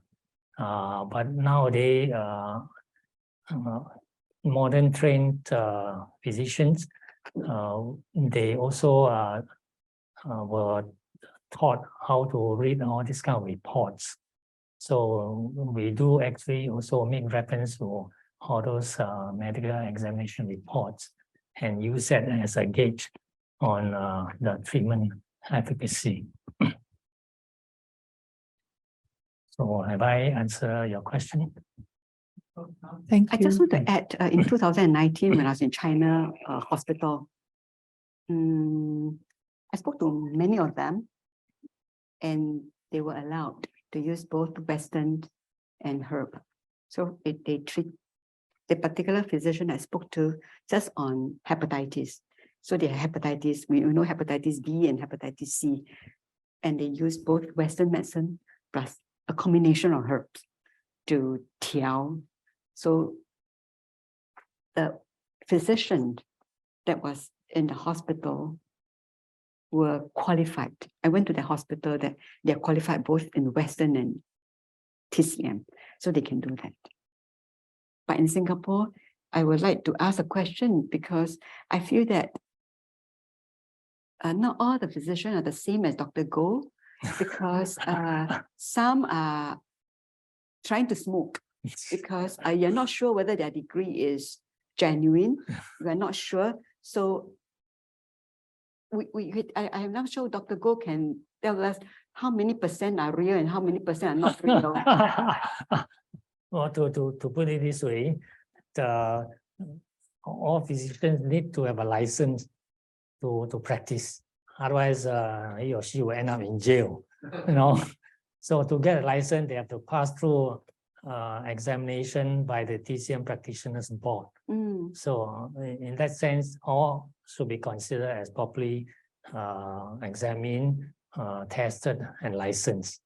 Of course, in terms of the skill, of course, there are always variation. So as Western medical doctors, there are people who end up killing the patient. So that there are always variations in terms of skills. So how do you know that they are qualified? When we go to the TCM doctor, do we actually ask them to show us their certificate, or we check? Because Singapore, first of all, they have to hang up, show their license. But we don't know what is real and what is not real. Oh, there's a website where check you can. Because Western doctor must check. Yes. The MCR number. The That means the medical TCM board website, you can go in, access, and then check whether this doctor's name is there. If the name is not there, you could better run away. Okay, so it's good. So there is a TCM website. There's a website where you can check. So anytime when you're in doubt, just go and check. Thank you.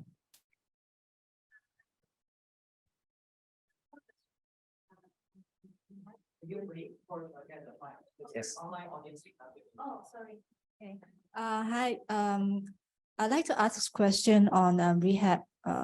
When is a good time to get into that? My mom just been diagnosed with cancer. Don't know the stage yet. In fact, tomorrow she's going for MRI to ascertain the extent of the cancer. So I think if she goes into an operation, and then what is a good time to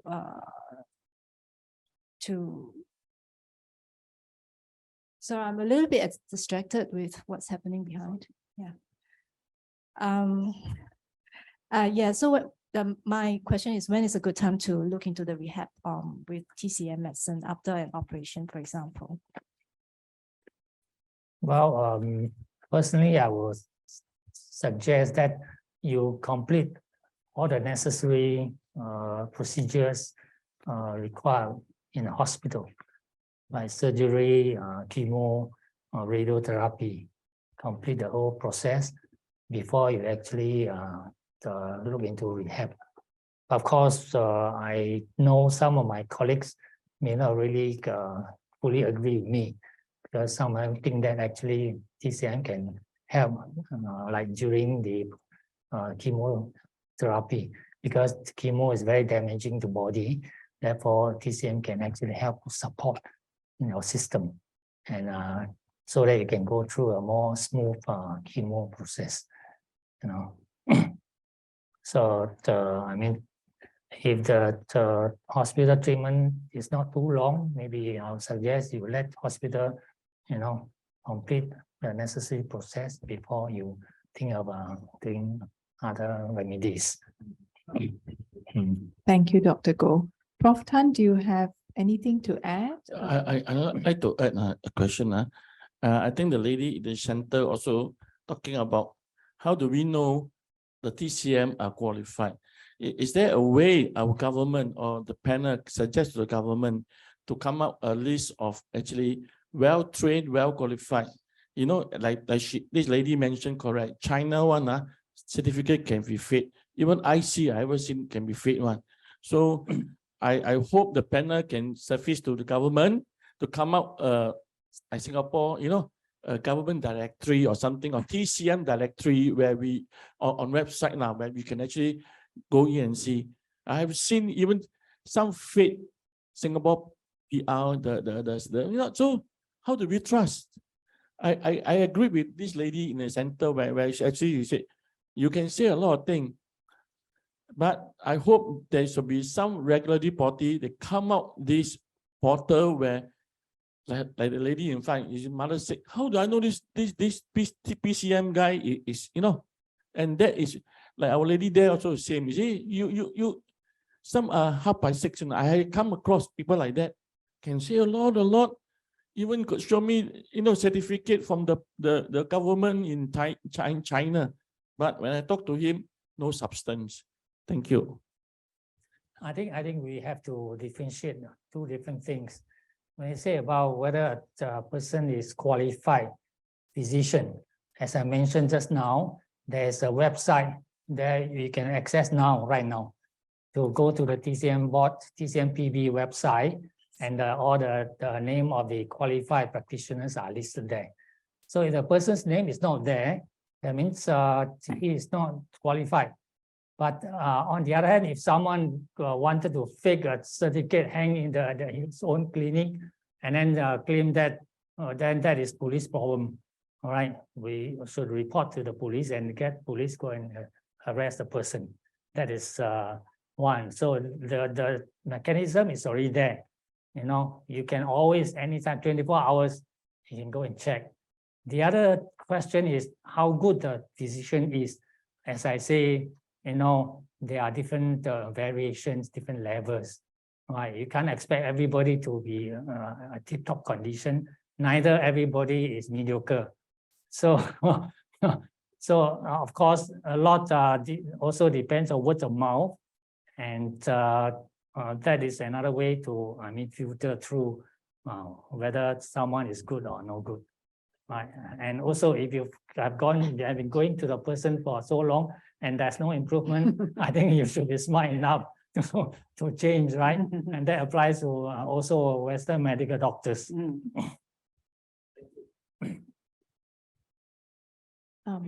Yeah, I just wanted to add that you have to practice some form of discernment. There are professional bodies that are regulated. They have accreditation, certifications, an osteopath, a chiropractor. These are areas of work that are not in Singapore. So you have to check on your own, and you have to be extra careful. Just in any profession, there may be scammers in that sense. At the end of the day, if you put your entire trust in that person, it could be anything from legal advice to anything else. You're the ultimate person, the car mechanic fixing your car, So all these things, some have regulations, accreditation, you have to check.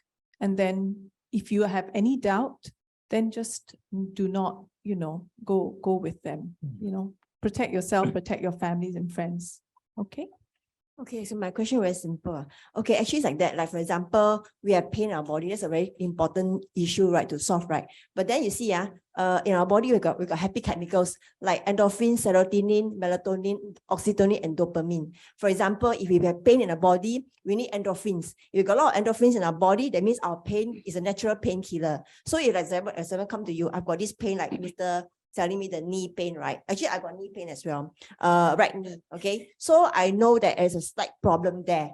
And I know that endorphins is the one that is my natural body painkiller. So how do I do it? I increase my natural body endorphin.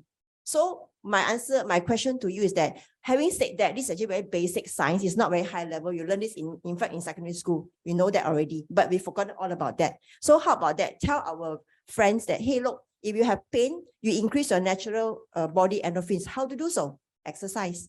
So for this, you cannot eat. There's no eating of endorphins to remove pain. Unless you're telling me painkiller lah. Okay. So, but of course, I'm talking like you, holistic. So why can't we talk about holistic? Hey, do that and learn that. So that would be the answer for people who have this, because I have pain too. So that's why I'm also like you, a victim, and I'm also trying to ask myself, what can I do? What are my options?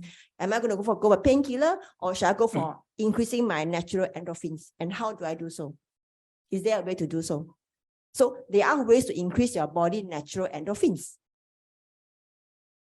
So actually, I should congratulate you that you have already found a solution.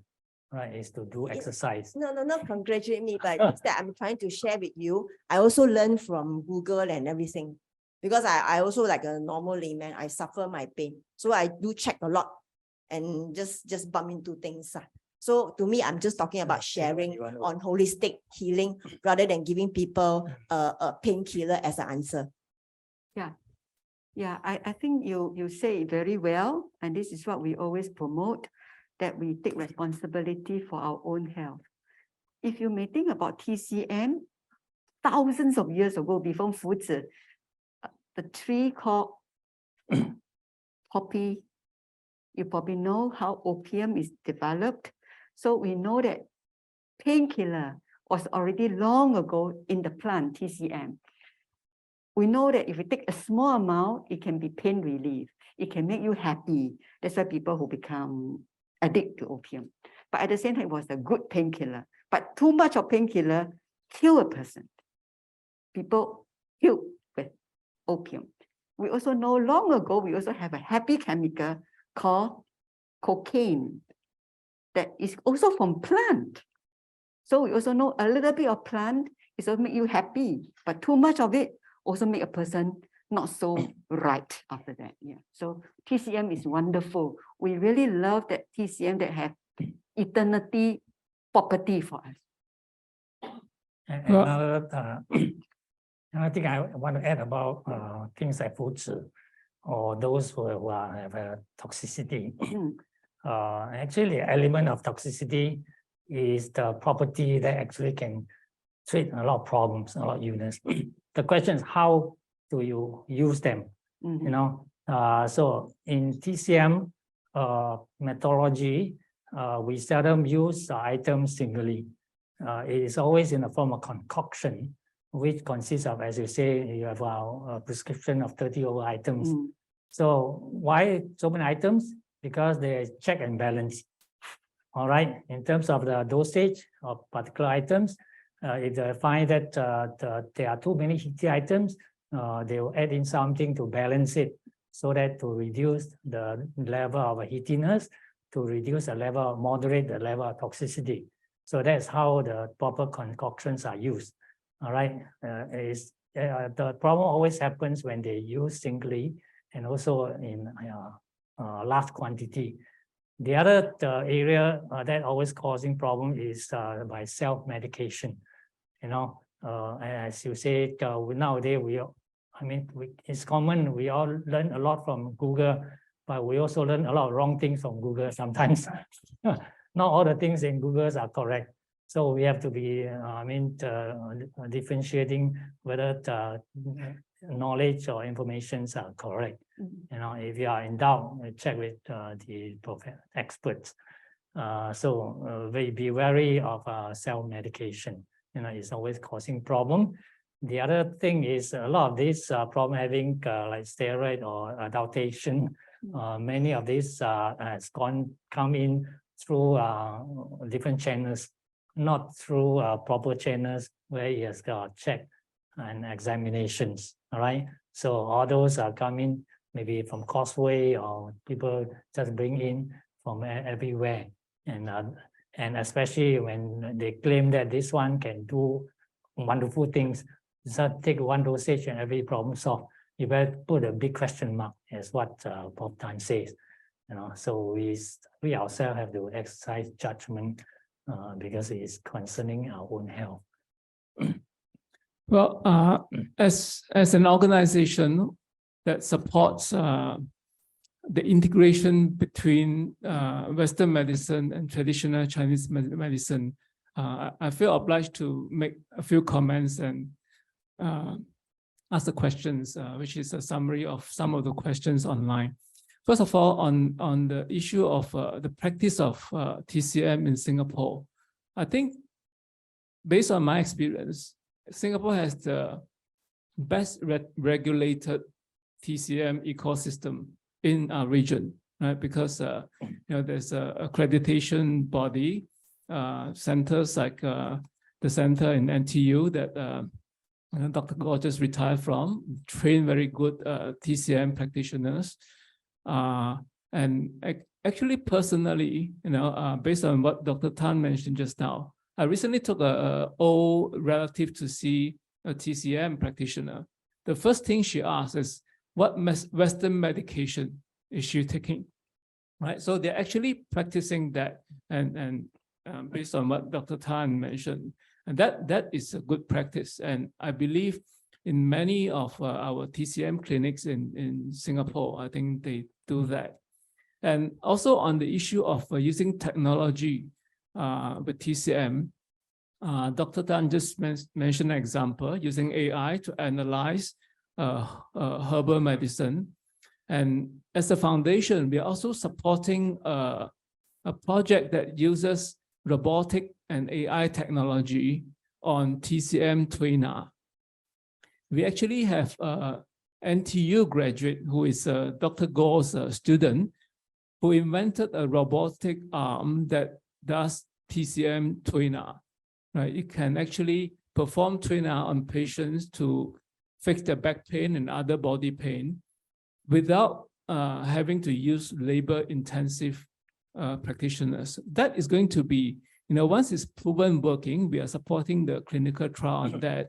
Once it's proven, it can treat a lot of patients with back pain and other body pain without having to, look for the expensive trained physician, right? And that is going to benefit a lot of doctors. So we are seeing more and more of this TCM being improved using modern technology.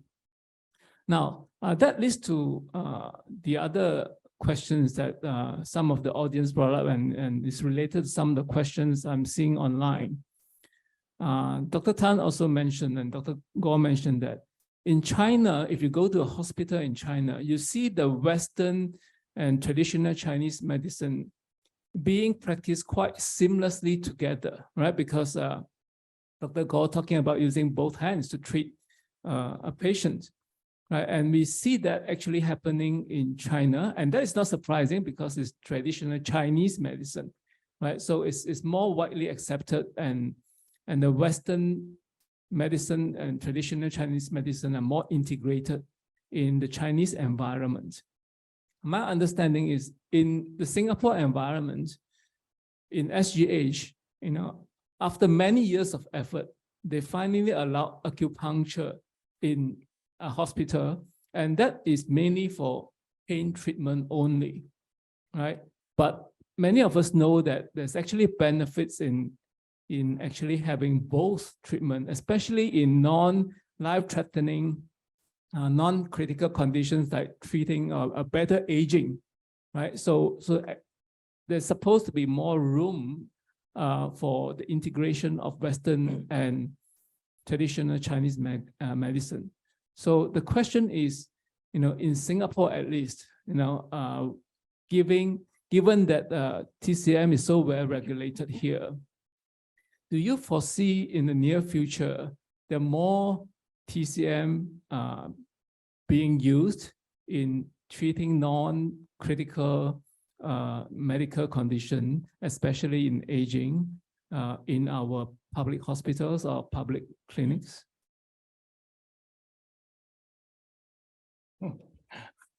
Well, this is quite a difficult question.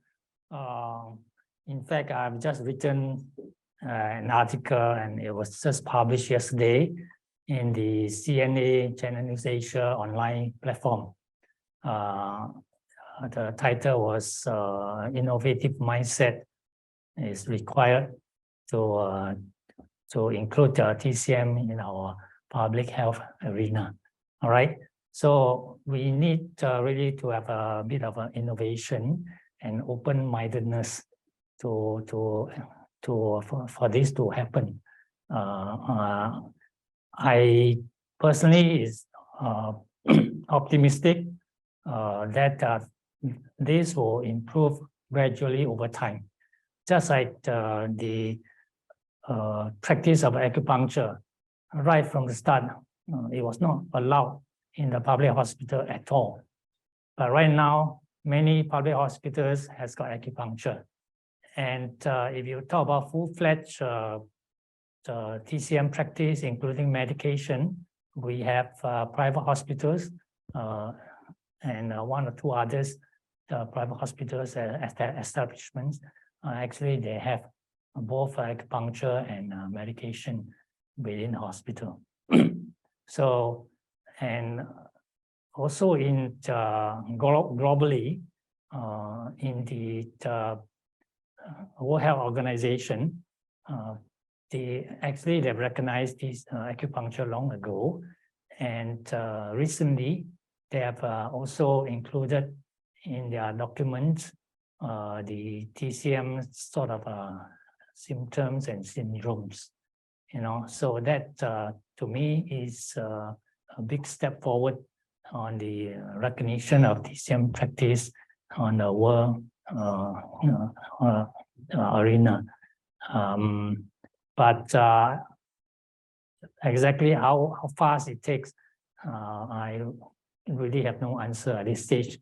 But things are moving, certainly, in the positive direction. Thank you very much, Dr. Goh. Thank you very much, Prof Tan. I'd like to add also that although for example, acupuncture, I know of people who have used it for severe headaches in migraines, for insomnia, having difficulty sleeping. It was published that Singapore is the most sleep-deprived nation. So, any help is beneficial. And for labor, childbirth, the pain, I know of people who have opted for acupuncture and they said that it was helpful to them. So, non-critical conditions, as Dr. Goh mentioned, and people are making informed choices. I think if it's going to go mainstream, it will have to have, that effect and research to show that. So don't worry, I think it's all evidence-based. Nobody will sort of opt for something if it's not. Thank you very much for your attention today and then your willingness to participate in the audience here together with us as well as online. It's all about balance. You can see the yin and yang, all about, how the rest of the body and the holistic and the equilibrium that you find within yourselves and your environment. I'd like to thank our speakers, especially for their insight today and their wisdom that they have shared. I will now give the floor over to CD. He will speak perhaps a little bit about the final series on philosophy and aging so that you can all stay tuned for the next episode. Thank you. Yeah, just very quickly, next week on Wednesday as well, same time, we're going to have two very senior scholars. We're going to talk about both from their own life experience as well as their philosophy training on how to look at aging from a philosophical angle. What is, they will talk about the purpose of life and how do you view a life after retirement, and try to help us decide what is actually important as we move towards the more relaxed phase of our life.